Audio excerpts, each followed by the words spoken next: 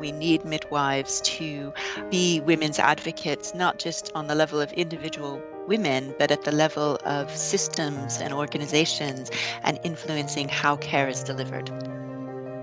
When you come into this world, surely a midwife was there beyond the trimesters and postpartum.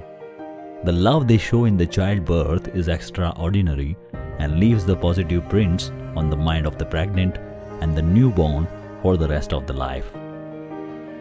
Here we will talk with the midwives from around the world and will explore the midwifery dimensions.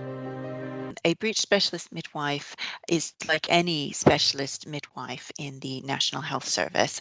We work in that particular area, so we have special knowledge of the care pathway for women within that area. So in my day-to-day clinical work, when I work clinically, what I might do is I might perform the presentation scans if a woman has been referred for a suspected breech presentation, and then I would confirm this.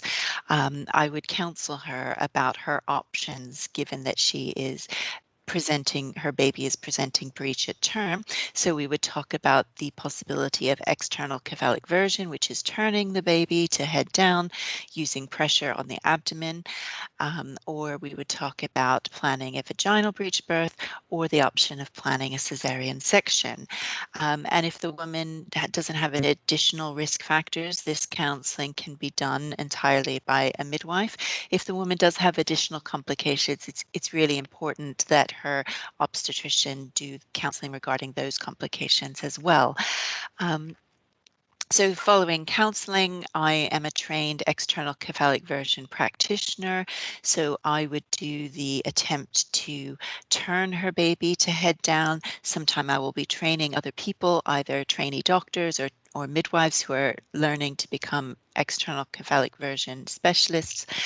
And then if the turning works, I would see her again in a week to confirm that the baby had stayed head down. If it doesn't, we would talk about what her options were.